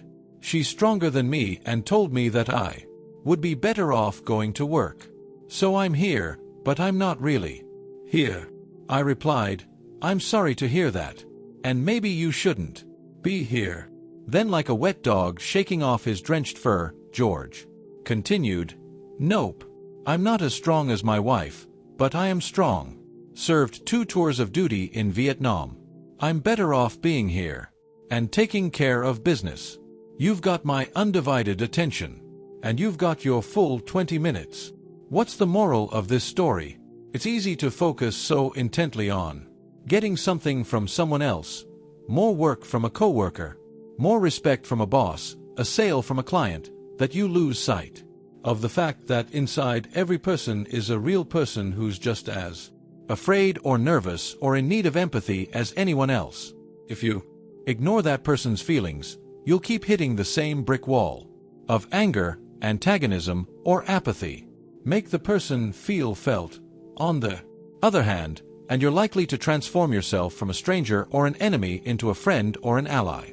You'll get less attitude, less obstruction, and more support, and you'll get your message through. If it sounds too simple to be true, try it. You'll be surprised. Usable insight. Inside every person, no matter how important or famous, is a real person who needs to feel felt. Satisfy that need, and you'll transform yourself from a face in the crowd to a friend or an ally. Action step. Think of someone you're trying to reach who either makes excuses or pushes back in some manner. Put yourself in the person's shoes and ask yourself, what would I feel in this person's position? Frustrated, scared, angry. Approach the person and say, I need to talk to you about something. I was so busy feeling upset with you and then acting impatient and irritated that I stepped on your toes instead of walking in your shoes. When I stopped to do that, I thought if I were you, I'd feel frustrated, scared, angry, etc. Is that true? When the person tells you what he or she feels, find out what's causing the feeling and what needs to be different for the person to feel better and achieve more. Be more interested than interesting. Boredom is what happens when I fail to make someone interesting. Warren Bennis, founding chairman, USC Leadership Institute. You're not just held hostage by the people who resist, bully, annoy, or get upset with you. You're also held hostage to your own mistakes when you fail to break through to people who either A, don't know you at all, or B, don't act like they care to know you well. Do you ever think in frustration, I could get somewhere if only I could get this person interested in me? That's exactly what I'm talking about. But here's the thing, embodied in your statement is the reason you're not getting through. Why? Because you're focusing all your attention on what you can say to make that person think you're cool or smart or witty. And that's your mistake, because you've got it backward. To figure out why, look at what 2 of the world's most successful people do. Deep listening is one of the terms most often used to describe Warren Bennis, founding chairman of the Leadership Institute at the University of Southern California. Warren is one of the most interesting people you'll ever meet, but when you're with him, I don't care if you're the guy parking his car or the CEO of Google, he is more interested in you. I saw this talent recently when I was invited to a dinner with some of his close friends who were all smart, thoughtful, and driven. As the evening progressed, lively dialogue turned into heated debate. Back and forth, these brilliant people fired salvos at each other, eventually reaching a point where I heard much more talking than listening. Through it all, Warren sat with rapt attention and said nothing. At one point during a lull in the conversation, when the debating parties paused to reload their verbal ammunition, Warren stepped in and said to the more unrelenting of the debaters, "Bill, tell me more about that point you made about that philosopher." By not entering into the debate and by inviting one of the participants to exhale, Warren changed the entire tenor of the conversation and made it better. Jim Collins is also one of the most interesting people you could ever meet. He's the author of Good to Great, one of the most successful business books of all time. He's been published in 35 languages. He received the Distinguished Teaching Award from Stanford, and he's climbed El Capitan, which puts him in the major leagues of rock climbing. But in a December 1, 2005, Business 2.0 article entitled My Golden Rule, Collins explained why his rule is not to tell these interesting facts to everyone he meets. "I learned this golden rule from the great civic leader John Gardner, who changed my life in 30 seconds. Gardner, founder of Common Cause, Secretary of Health, Education, and Welfare in the Johnson administration, and author of such classic books as Self-Renewal, spent the last few years of his life as a professor and mentor at large at Stanford University. One day, early in my faculty teaching career, I think it was 1988 or 1989, Gardner sat me down. 'It occurs to me, Jim, that you spend too much time trying to be interesting,' he said. 'Why don't you invest more time being interested? If you want to have an interesting dinner conversation, be interested. If you want to have interesting things to write, be interested. If you want to meet interesting people, be interested in the people you meet, their lives, their history, their story. Where are they from? How did they get here? What have they learned?' By practicing the art of being interested, the majority of people can become fascinating teachers. Nearly everyone has an interesting story to tell. What wise men like Warren Bennis, and no doubt Dale Carnegie, instinctively know, and what smarter than wise, younger, ambitious people like Jim Collins and yours truly are still learning, is that the way to truly win friends and influence the best people is to be more interested in listening to them than you are in impressing them. From a brain science standpoint, here's why: the more interested you are in another person, the more you narrow the person's mirror neuron receptor deficit, that biological hunger to have his or her feelings mirrored by the outside world. See Chapter 2. The more you do that, the more intrigued the person is with you in return, and the more empathy the person feels toward you. So to be interesting, forget about being interesting. Instead, be interested. The interesting jackass. Here's another illustration to help you grasp how important this rule is. Imagine that it's holiday time, the mail just arrived, and you're sorting through a stack of cards. You open the first one and out falls a letter. It says, "Bob and I took the family to Machu Picchu this year. Unforgettable. Now we're into ballroom dancing and artisan bread baking. Call us crazy, but we just weren't busy enough even with all our charity work.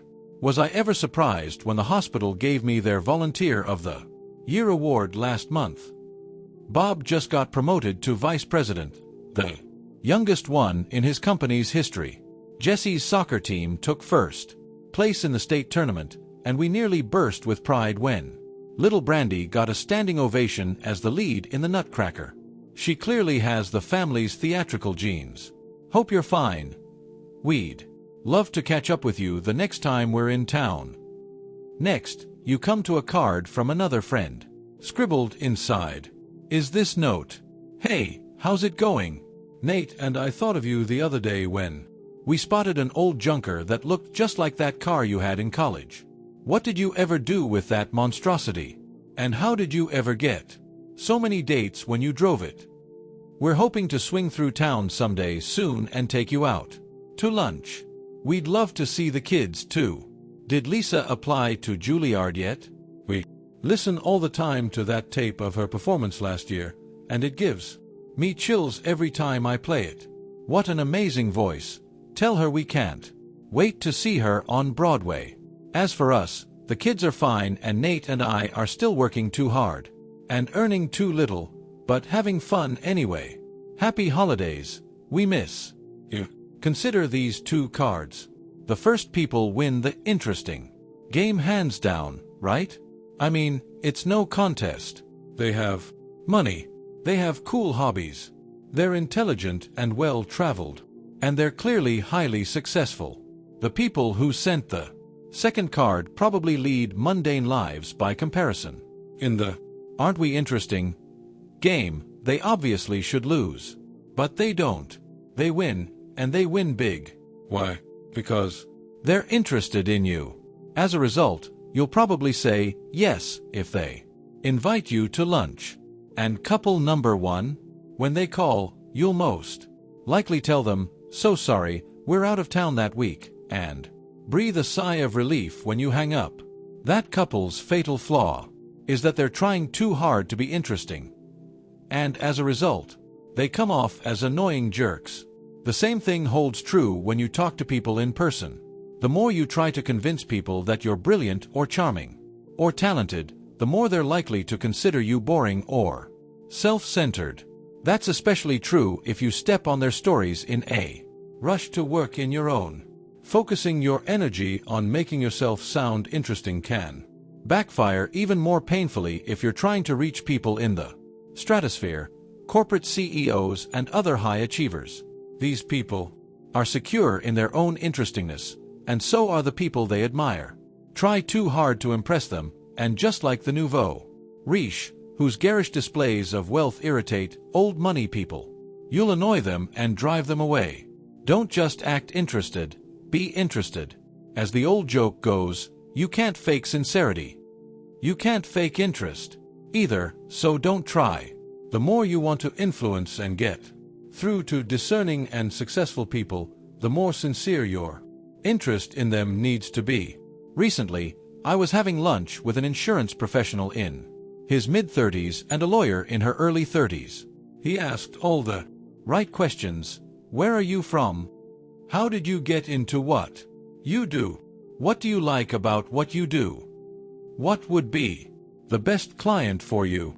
I was impressed with his questions, and the young woman answered them with enthusiasm. The only problem is that when he asked them, he didn't seem earnest. Instead, he seemed to be following a script he'd learned in a sales training course. He did well enough to win over the young and somewhat inexperienced woman who joined us, but more experienced senior clients, customers, and prospects who typically have highly refined bullshit detectors would have picked up his insincerity and eaten him for lunch. So, how do you master the skill of being interested and be sincere? When you do it, the first key is to stop thinking of conversation as a tennis match. He scored a point. Now I need to score a point.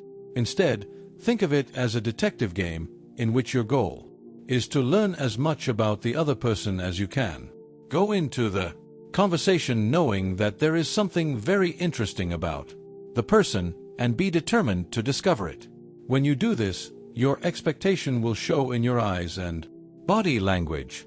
You'll instinctively ask questions that let the other person fully develop an interesting story rather than trying to trump that story, and you'll listen to what the person is saying rather than thinking solely about what you're going to say next. The second key to being interested is to ask questions that demonstrate that you want to know more. It's not always easy, of course, to get another person to open up so that you can be interested in what he or she is saying. In a business setting, the best way I've discovered is to ask questions like these. How do you get into what you do? I credit Los Angeles super mediator Jeff Kitchaven with this. He says it never fails to start and keep people talking. What do you like best about it? What are you trying to accomplish that's important to you in your career, business, life, etc.? Why is that important to you? If you were to accomplish that, what would it mean to you and what would it enable you to do? In personal relationships, for instance, at a party or on a first date, questions like these can often trigger a heartfelt response. What's the best or worst part of coaching your kid's soccer team, being away from home, etc.? What person has had the biggest influence on your life? Is that the person you're most grateful to? If not, who is? Did you ever get a chance to thank that individual? If the person asks, "Why are you asking these questions?" you can say, "I find giving people the chance to talk about who they're grateful to brings out the best in them. I'd like you to imagine that life is perfect." Okay, tell me, what do you see? I credit Los Angeles-based human resource specialist Monica Urquidi with this tip.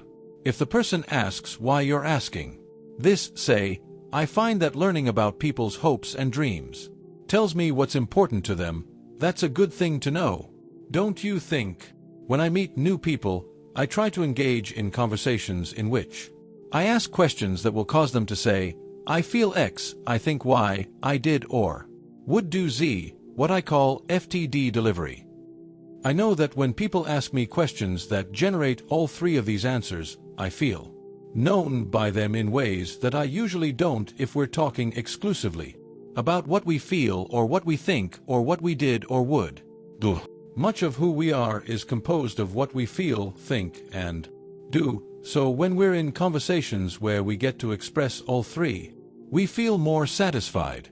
Eventually, one of your questions will click and you'll see the person lean forward eagerly to tell you something with enthusiasm or intensity. When that happens, do the right thing. Shut up. Listen. Listen some more. And then, once the person reaches a stopping point, ask another question that proves that you heard and care about what the person said. For example, if the person tells you that her college math professor had a huge influence on her life and explains why, don't reply by launching into a speech about your own professors. Instead, follow up with a question like, "I'm curious, why did you decide to go to that particular school?" Or, "Whatever happened to that professor? Do you still keep in touch?" Another way to show you're interested is to summarize what the person is saying. For instance, is the person regaling you with the story of a nightmare vacation trip? So, repeat back some of the money points of the story. "Holy cow! You broke your leg and you still made the flight. Unbelievable." Another good move, if the conversation offers an opportunity, is to ask for advice. "That's amazing. You grow all of your own herbs? Tell me, how do you keep your cilantro from bolting?" People love offering advice because it makes them feel both interesting and wise.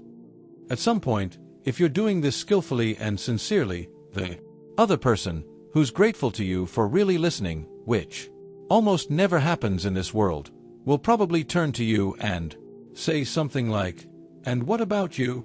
And that is the big win you're looking for, because at that moment, the person will return your interest by being interested in you.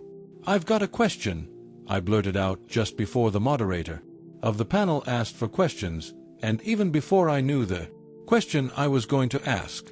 I'd come to attend a town hall meeting at the Staples store in the Mid-Wilshire area of Los Angeles for one purpose.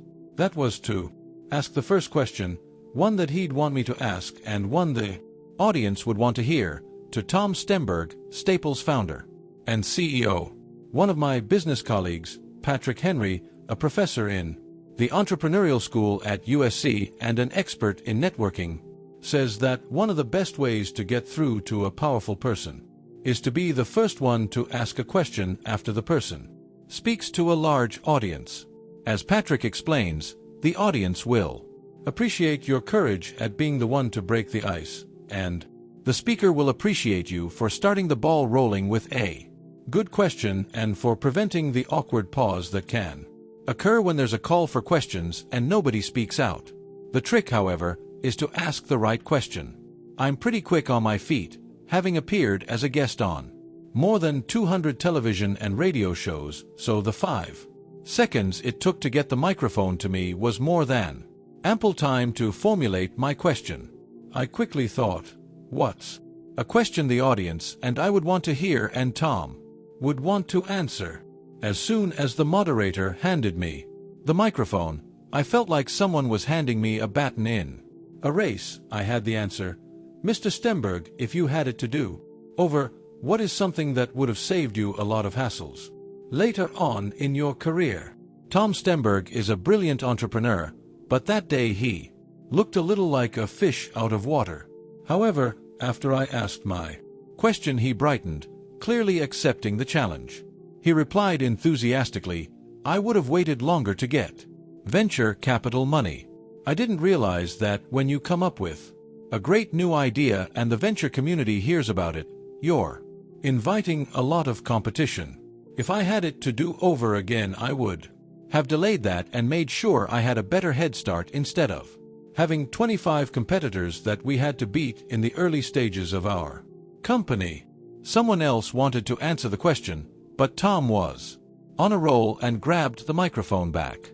Another thing, he added even more enthusiastically, we were later than our competitors at doing home and office delivery. We pride ourselves on customizing our products and services, and we should have thought that women secretaries probably don't like to carry cartons of paper up several flights.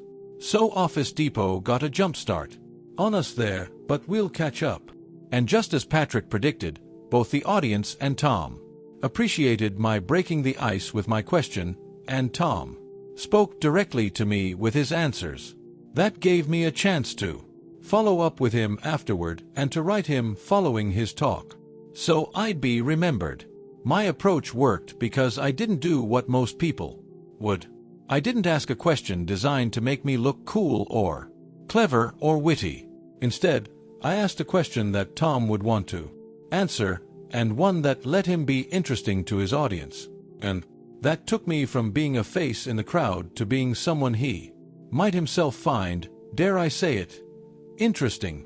Usable insight. The measure of self-assurance is how deeply and sincerely interested you are in others. The measure of insecurity is how much you try to impress them with you. Action step. First, select 2 or 3 people you consider deadly dull and make it your mission to discover something fascinating about them. Now, do the opposite. Select a person you find interesting, someone you wish liked and respected you more. When an opportunity arises as a party or meeting, ask questions designed to show the person that you're interested rather than interesting. Bonus round. Are you married or living with someone? So, the next time you're home together in the evening, ask, how did that work project, cooking experiment, etc., that you were going to do turn out? This will show that you don't just care about the person, but also take the extra care to know what's going on in his or her life and be interested in it. And after you ask this question, stun your partner by actually paying attention to the answer. 7. Make people feel valuable. Everyone has an invisible sign hanging from their neck saying, make me feel important. Mary Kay Ash, founder, Mary Kay Cosmetics Incorporated. I'm going to start this chapter by telling you something you already know, and then I'll tell you something that sounds crazy but isn't, really. Ready? Here's what you already know. People need to feel valuable. We need this almost as we need food, air, and water. It's not good enough for us to know in our own hearts that we're valuable. We need to see our worth reflected in the eyes of the people around us. Making people feel valuable is different from making them feel felt or feel interesting, because you touch them in an even deeper way. When you make someone feel valuable, you're telling the person, you have a reason for being here. You have a reason for getting out of bed every morning and doing everything you do. You have a reason for being a part of this family, this company, this world. It makes a difference that you're here. When you make people feel important, you give them a gift. That's beyond price. In return, they'll often be willing to go to the ends of the world for you. That's why, if your emotional IQ is high, you'll find ways to show the people you value, parents, children, a partner, a boss, a key coworker, how much they matter. You'll find ways to tell them that they make your world happier, funnier, more secure, less stressed, more entertaining, less scary, or just all around better. Now, I'm guessing that so far you're with me. Much of this is common sense, and you can see that it'll work. So far, so good. But this was the easy part. Now I want to tell you something you might have trouble believing. I want to convince you that it's smart to go out of your way to make the annoying people in your life, the complainers, kvetchers, and obstructors, feel important, too. You're probably thinking, are you nuts? Why would I want to make the people who screw up my life feel valuable when they aren't? The answer is simple.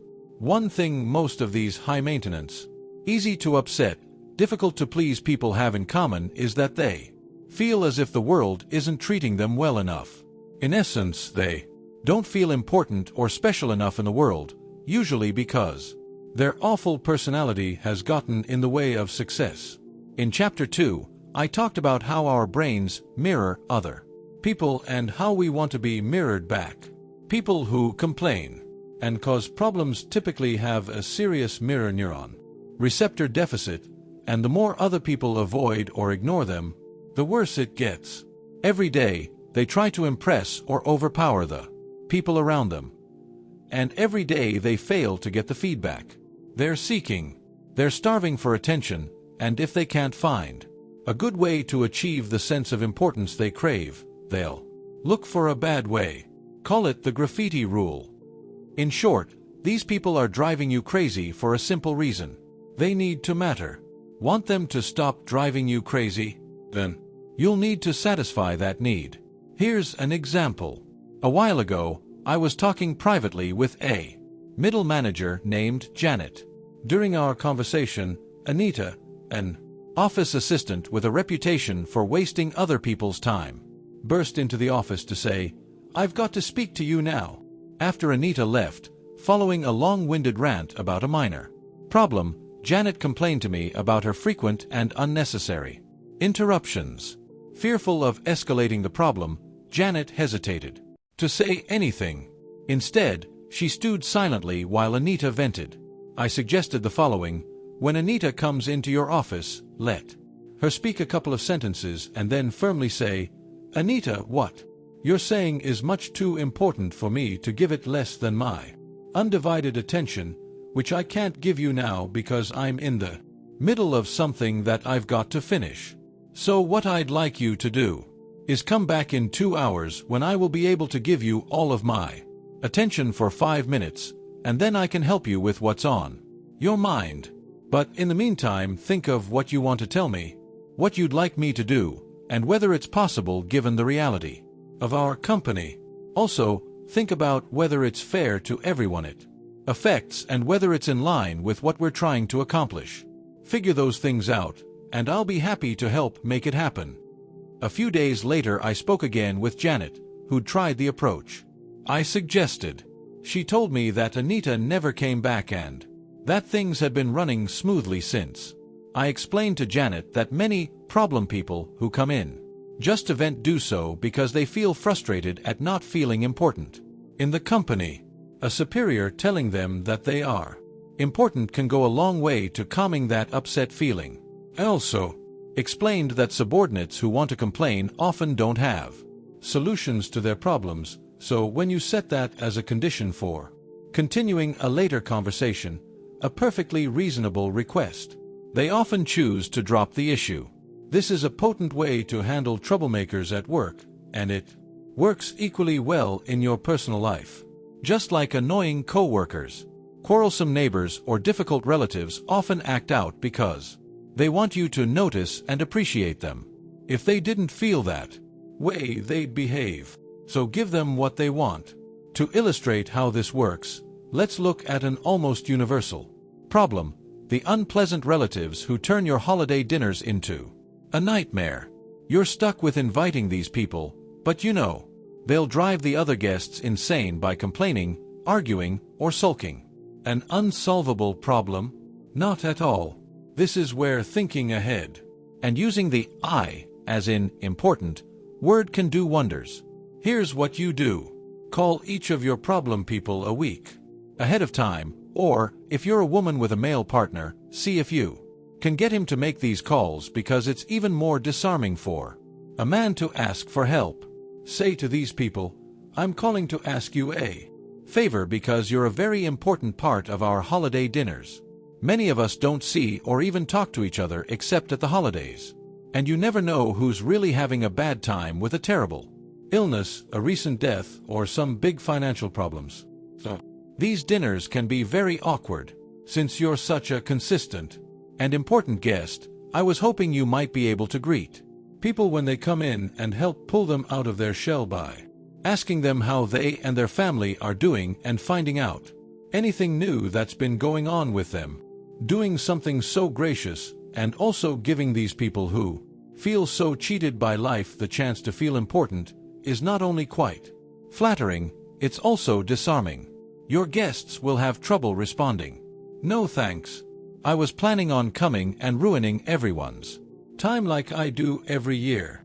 Then, when the night of dinner occurs, greet each problem guest at the door, touch the person on the arm, and say, "I hope I can count on you to help make people feel comfortable after they arrive." Before the person can respond, say, "Oh, excuse me. I have to go take care of some things." Then leave your newly assigned goodwill ambassador to spread joy and sunshine. Surprisingly, he or she will probably do a good job of it.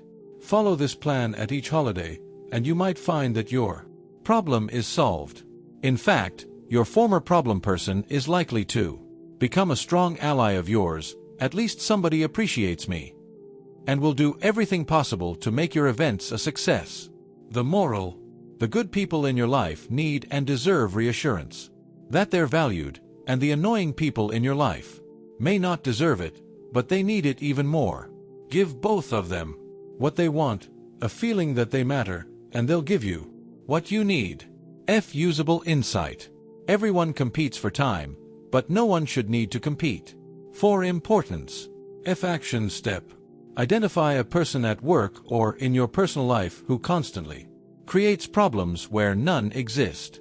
The next time the person complains about a problem, say, "What you're saying to me is so important that I'd like you to take responsibility for coming up with a solution. When you have some ideas, call me and we'll get together and go over your solutions. I really appreciate your help." Next, identify several people you value who might be feeling neglected.